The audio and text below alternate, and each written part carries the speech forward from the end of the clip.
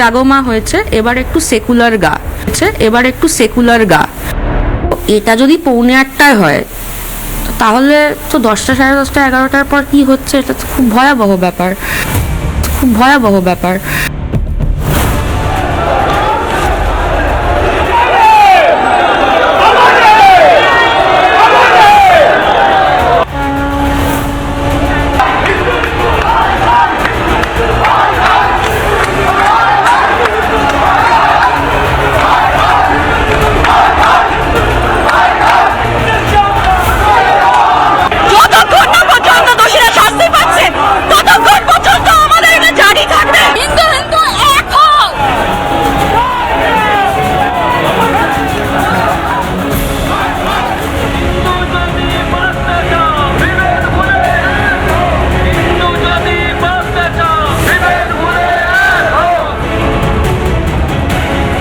একজন গায়িকা তিনি জাগো মা গাইছেন, বলছে এটা সাম্প্রদায়িক।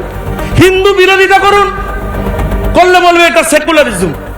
হিন্দুরা আক্রান্ত হোক, কোনো ব্যবস্থা হবে না।